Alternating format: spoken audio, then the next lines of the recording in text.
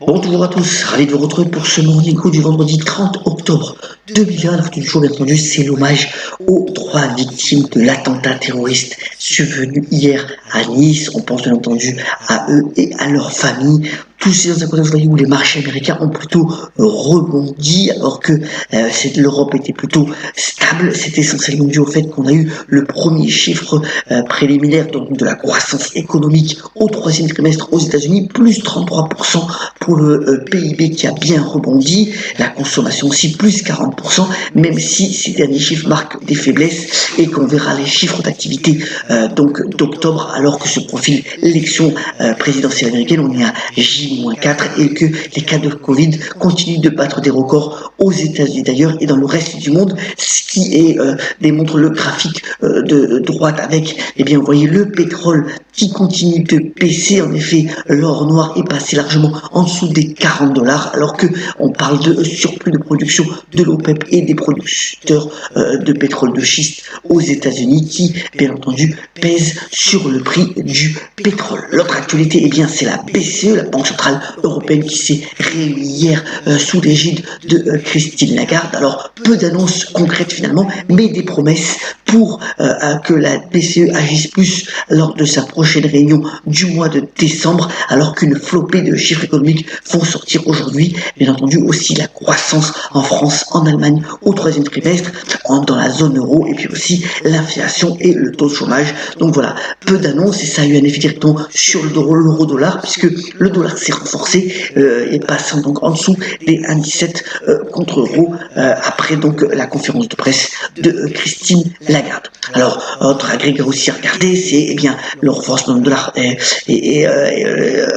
pèse un petit peu sur l'or. Vous voyez que on est passé là en dessous des 1900 dollars l'once. Alors pour le moment c'est une consolidation et il risque encore de bouger bien entendu avec les résultats de l'élection présidentielle américaine. Et puis sur le point de vue donc des obligations, eh bien l'agence de notation Standard & Poor's prévoit finalement plus de défauts des entreprises les moins bien notées dans ce contexte actuel de ralentissement économique plus fort que qu'escompté avec bien entendu le Covid-19.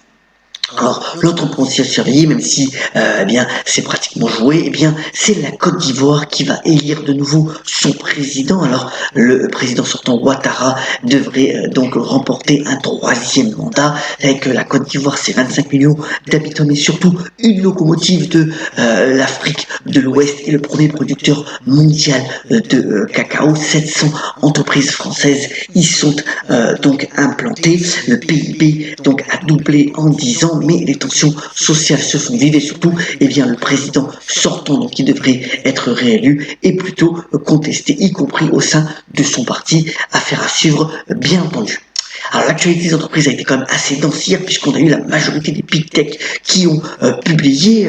Alors pour les réseaux sociaux, à noter que Twitter, eh bien boit un peu la tasse après clôture, donc moins 15% pour l'action. C'est dû au fait que la croissance du nombre d'abonnés a été moindre que prévu. En revanche, pour Facebook, bon là, l'action devrait finir être stable aujourd'hui. L'ouverture peut être une légère baisse, mais quand même, eh bien, le réseau social a bien fait son trimestre, largement au-dessus des estimations tant en termes de revenus finalement que de bénéfices nets. Pour le moment, les appels au boycott contre Facebook n'ont pas véritablement fonctionné, bien au contraire, encore de la croissance, notamment pour Instagram, qui a bien fonctionné donc ce trimestre. Alors les autres, Google, donc à la maison mère, Alphabet, superbe résultat, croissance de nouveau renouvelée tant dans son activité cœur donc pour le site de moteur de recherche Google que pour la division cloud, et l'action prenait entre 7 et 8%. Plus contrasté pour Apple, malgré eh bien un chiffre d'affaires au-dessus des estimations. Les retards concernant donc l'iPhone 12 eh bien ont un petit peu pâti, l'action perdait 4%. Et puis pour Amazon aussi, on n'a pas mis ici, mais Amazon a publié lui aussi un chiffre d'affaires au-dessus des estimations. Après clôture, l'action perdait 1%. Et donc le site de e-commerce attend des ventes records, bien entendu, aussi pour la fin de l'année. Alors, au retour en France d'abord, eh bien Orange qui fait attention à ses actionnaires surtout de long terme, puisque eh bien le groupe de télécommunications qui a publié les résultats plutôt en ligne a choisi eh bien d'augmenter son dividende. Vous voyez qu'il est à plus de 6% sur le cours de l'action et eh bien l'action a pris exactement le niveau de dividende qu'elle a gagné 6% sur cette annonce. Et puis Worldline, vous savez que c'est une des valeurs, une des filiales d'Atos dans tout ce qui est paiement électronique. Donc il y avait intégré un gynéco récemment en lançant une OPA qui a fonctionné, eh bien s'apprête à vendre la division donc terminaux de paiement pour 3 milliards d'euros. Et vous voyez sur cette annonce, eh bien Worldline a gagné plus de 4%. Alors, dans cette période de confinement qui recommence à partir d'aujourd'hui, où bien entendu, on doit être prudent et respecter les gestes barrières.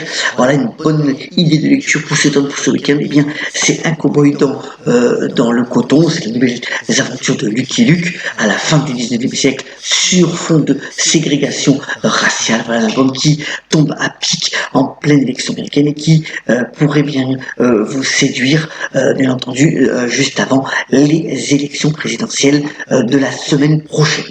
Juste un petit mot, voilà, un nouveau parfum qui sort, c'est le nouveau parfum Caron. Vous savez que la marque Caron a été reprise par le groupe Edmond de Rothschild et le nouveau parfum masculin s'appelle Aimez-moi comme je suis, avec donc un slogan qui est Being different is a fucking blessing. Donc être différent, c'est une bénédiction. Alors un parfum qui a été plutôt apprécié d'ailleurs de la part des spécialistes. Et là, je voulais le noter aussi. C'est quand même une belle innovation donc du groupe Caron. Terminons ce Morning Echo en vous souhaitant un bon week-end, une bonne journée, par la citation de Claude Lelouch, le réalisateur qui fête ses 83 ans et qui a notamment déclaré « La vie est une météo imprévisible ». Soyons solidaires, soyons forts et on se retrouve la semaine prochaine pour de nouveaux Morning Echo. Très bonne journée à toutes et à tous.